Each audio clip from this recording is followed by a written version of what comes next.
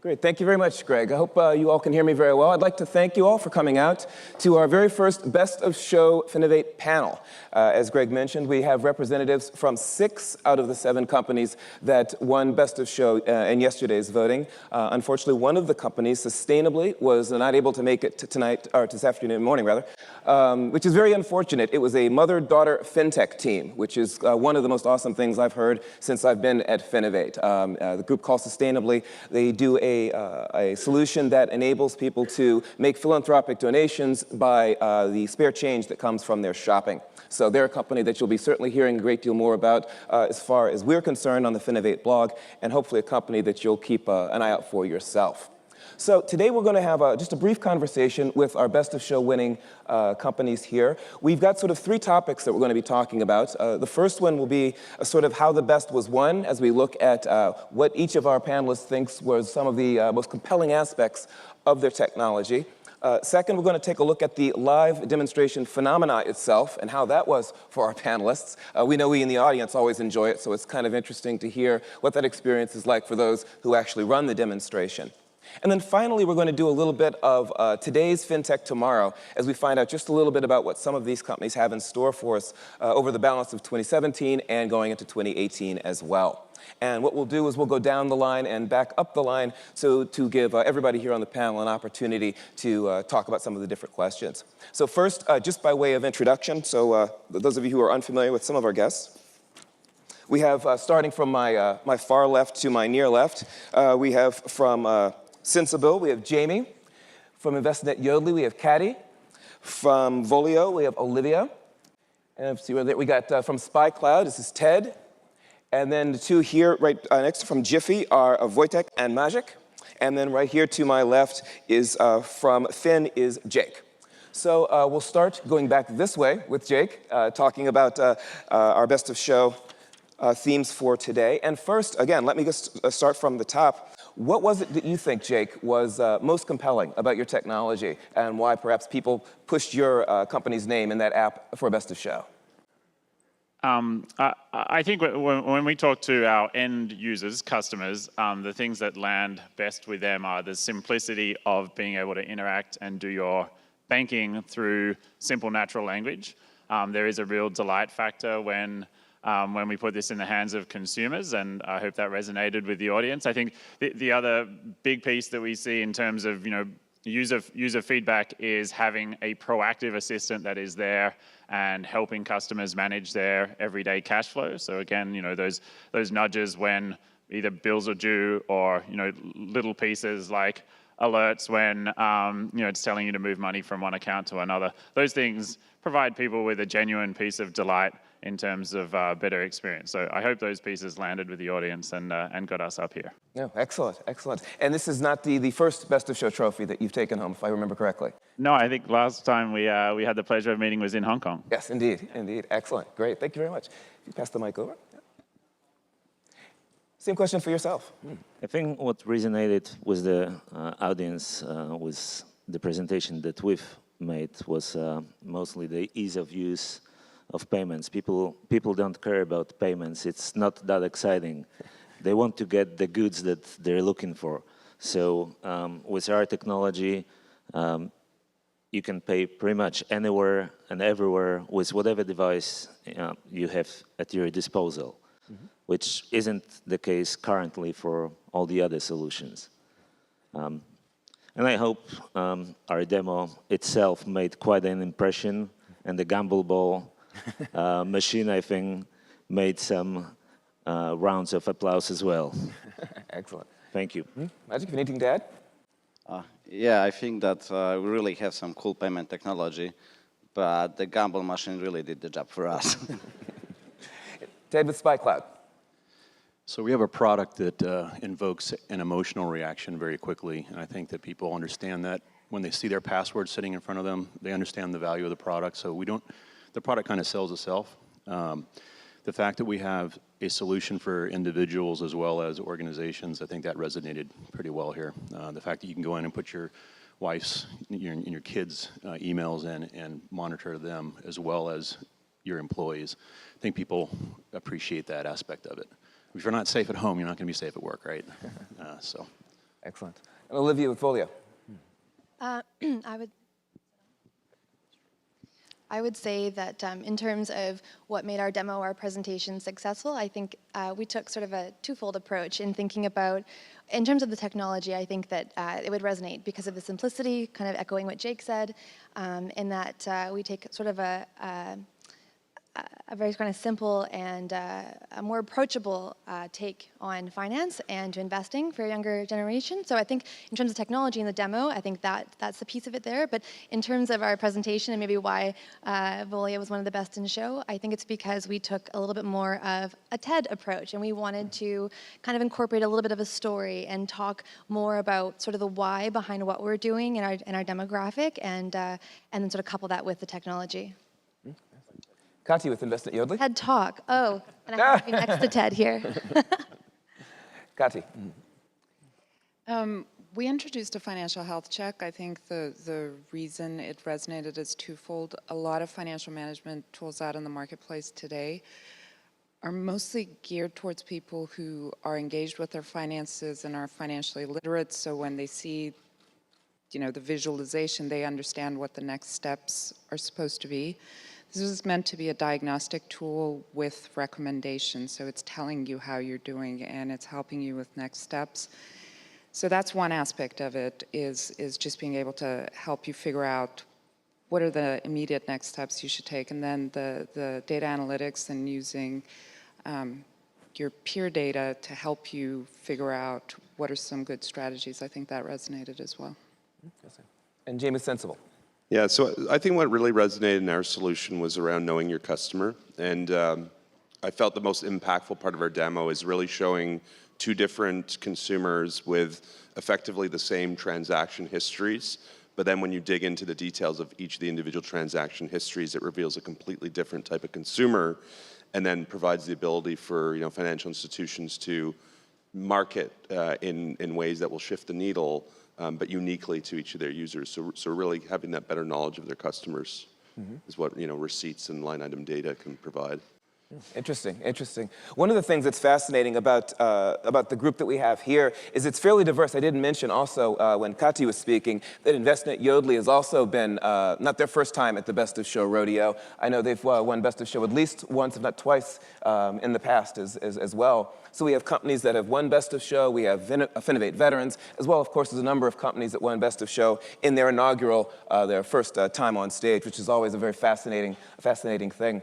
Go ahead and hold on to the mic, Jamie, and we'll work our way back the line this way. Here's a question I wanted to ask, and hopefully this isn't too challenging for any of you. The live demonstrations are certainly a hallmark of what Finovate does and will continue to be.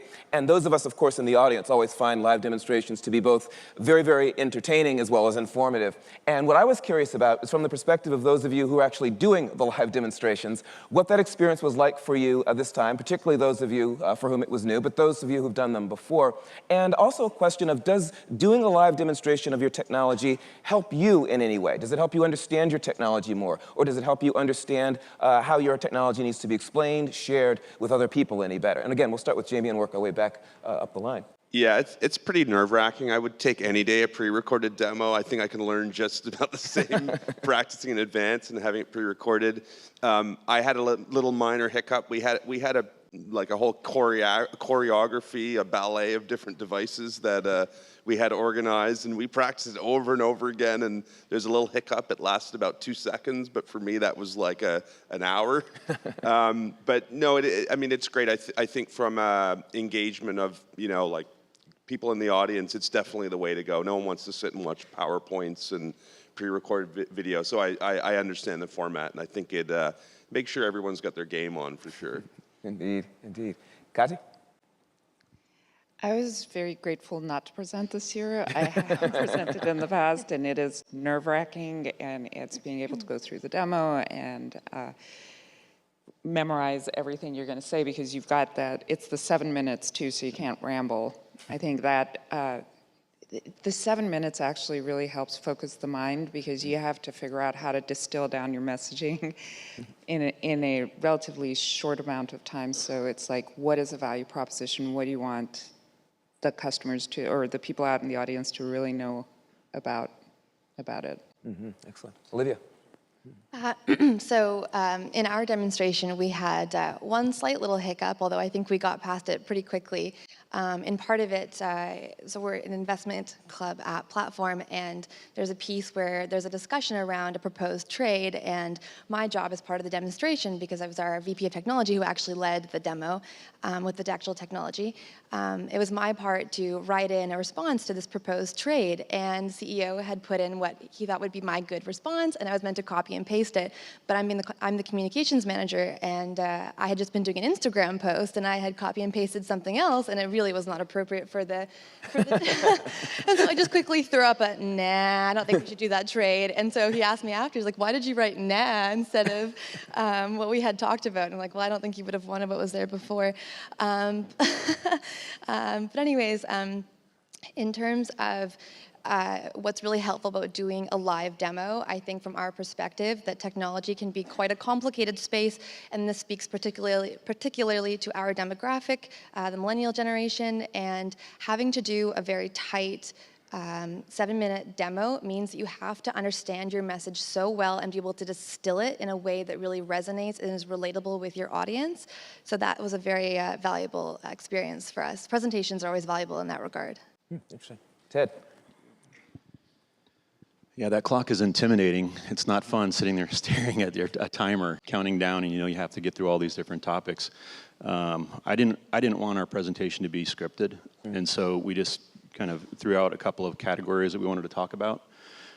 So as we were walking on the stage, I was still thinking of how things to say and how I should approach some of the topics, and I came up with a really great way of opening, and then on Chris's laptop, a little snitch came up and said, "Oh, you activated this 2 weeks ago and you haven't paid, so you have to do something." And it was literally 30 seconds before we were going to start, and we were both looking at the laptop and going, what do we do? We can't put a license in. We're not going to break out our credit card on stage. And so we quickly got past that, and I completely forgot everything that I had thought about when I was walking up on stage, and then we went for it. It was a fun experience. I think that if you know your product pretty well, 7 minutes will challenge you, but you can get through it and do a pretty effective demo. Thank goodness we didn't have to change to a lot of different devices and screens. We had a simple, portal to show. We didn't show half the things that we actually make, right. But we just wanted to get the point across. Excellent, excellent. Magic? For me personally, it was exciting and fun.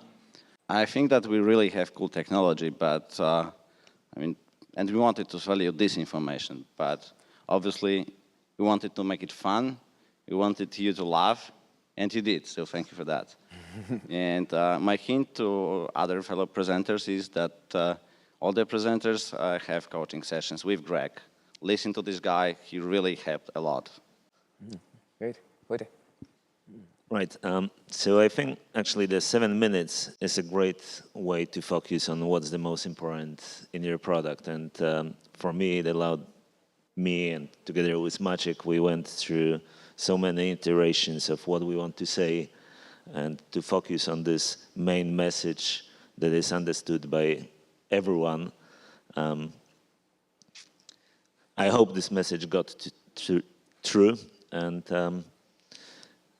I actually wanted to say the same thing as Maciek, so he stole my line, but Greg helped us a lot with the coaching sessions. Believe it or not, that was our first public appearance in such a large audience. So it's not only first time that we're at Finovate, it's actually first time that we were presenting in front of large audience. Wow.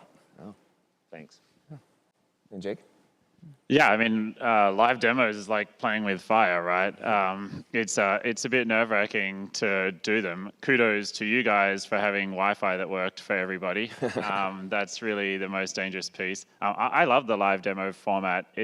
I like watching live demos. I think it's the best way of showing what we do. We try when we do them to show as much as possible what actually works in production, and so people can see what we do and where we think the biggest part of the value is. So it's nerve-wracking for me. I hate doing them personally, but I think it's a good way of communicating what we do, and I do like watching them when I'm in the audience. So. Excellent, excellent. One of the things that comes to mind is often we talk about some of the themes in fintech and whether themes are on the rise or are on the fall, whether people have seen enough of a certain thing or not seen enough of something else. And one of the things I thought was particularly fascinating, that many of the types of things that people either believe they've seen plenty of or even saw quite a bit of at the show, we still saw represented among the sorts of things that people voted for in Best of Show. For example, there was quite a bit of voice-enabled technology and chatbox technology, yet we had one of them sort of come out on top of the pack. There have been people who've talked about investment technology, and maybe that is something that people aren't as excited as they might have been, but Volio here.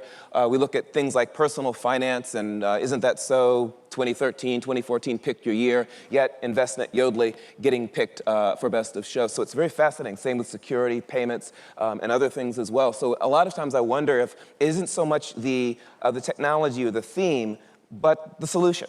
And if the solution seems to take care of the problem better than something that's out there, then there's no real point about thinking about it as being necessarily not hip, not up to date necessarily. If it's responding to the need, then people are going to respond to it, and it seems that that's been the case with all of you as well.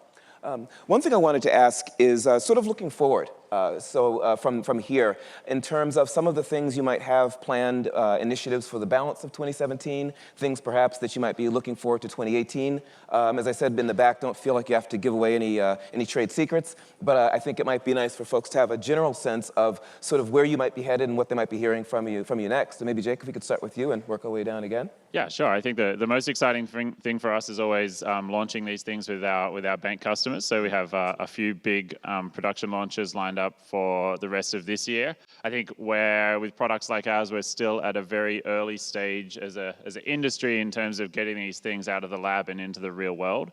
And I look forward to coming back next year and seeing how all of those pieces have gone and how AI is helping us not just to simplify the interface for banking, but also to more proactively help customers improve their financial lives. So they're the big pieces that we're working on. From a feature perspective, that includes a lot around financial literacy, things like a credit score coach. How can we learn from consumer behavior to help improve their financial lives? Yeah, excellent. Wojciech. From our perspective, the first thing that we want to bring out of this show is reap the benefits of winning the Best of Show award. So we already started last night getting some traction back from home, and hopefully this will lead to some implementations of our technology. As we said, it's not a payment system; it's just the technology that we want to sell to our clients. And due to the fact that this technology has additional benefits in Europe due to the implementation of PSD2 regulation, which will open access to any bank account to the customers and fintechs, I think we're going to be looking forward to in 2018 to go to Finovate in London. Excellent. Magic. As Wojtek just said, Jiffy is just technology that we would like payment industry, banks, retailers put to good use and turn it into a consumer-facing product. Having said that, I truly believe that within the next 12 months, you guys will be able to pay with our Jiffy technology somewhere in the world. So most of our customers are concerned about their attack surface expanding. So when they add a new employee to the company, their attack surface just got larger. When they add a new server to their data center, their attack surface just got larger. And so the things that we're going to be focused on over the next year are how do we help reduce the concerns as their attack surface increases. And obviously we're starting now with individuals. We're starting with the people problem. In a couple of months, you'll see a different aspect of our product come out that will help with other things. I'll leave it at that for now. Excellent. Olivia. I would say that a couple of things that we're really focused on and will definitely be primary focuses in the fall will be a lot of community engagement. We're really big on financial literacy and engaging the community with that. also on taking into consideration all of the consumer feedback that we've been getting and putting that certainly into the technology. In terms of our calendar, October sees the kickoff of our NASDAQ collaboration with U.S. colleges and universities with their simulated equity trading competition. So that is a big initiative for us. We'll also see I guess, furthering of our initiative to increase partnerships with financial institutions with our white labeling, and then emerging from soft launch in the new year. Oh, excellent, excellent. Kazi? Investnet Yodlee is a data company. That's, my boss was up there telling you about the millions of users and billions of transactions we have. That's our core competency. We've spent a lot of money, a lot of investment in enriching data, big data analytics, but we're really not doing it, we're not enriching data for the sake of enriching data. It's about what difference can you make in people's lives, right? So we apply this to wellness solution, our wellness solution, financial wellness solution. You saw an example here. We also apply it to credit lending. So how can we help more people be able to apply for loans to improve the process, and then wealth management as well. So you're going to see solutions that are built on top of the data analytics. More of that coming out. Wow, very good. Excellent. Jamie? Yeah, so for Sensible in the next 6 to 9 months, pretty exciting. So we have a launch in the UK, so it'll be our first expansion outside of Canada. And we're also looking to launch features that are more specific to small, medium businesses, accounting integrations, deeper invoice processing.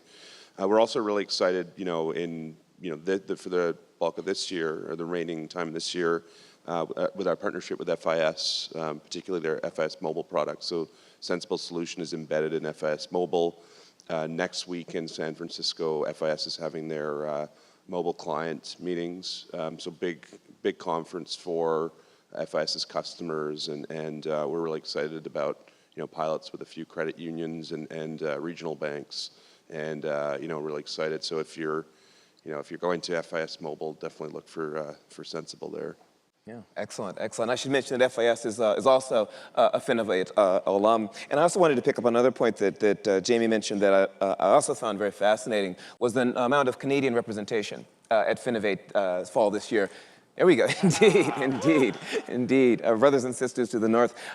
We often have companies from Canada as alums and participants in our shows, and it just seemed like this year that number was off the charts, and it was really fascinating to see all of the innovation there. We've had some invitations to come to Victoria and to come to Alberta, and so that sort of thing. So we'll talk to the higher ups and see if that's something we might be able to make happen, because again, a lot of very interesting things happening all across the world, really, and certainly in Canada, our neighbors to the north as well.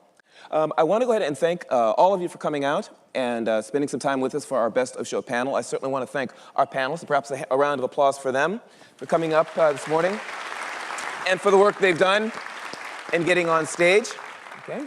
I want to go ahead and end just a little bit early, so we've got plenty of time for you to transition to the next session that you might want to attend. We're unable to take questions in this particular forum, but I want to check, will most of you be around for the days? If you've got questions that you'd like to pose to any of our panelists here, just go and take a look on their badges and catch them while wandering around in the hallways or in the things. Give them a tap on the shoulder, and I'm sure they'd be happy to talk with you a little bit more about the work they're doing and perhaps even the work that you might be able to do together.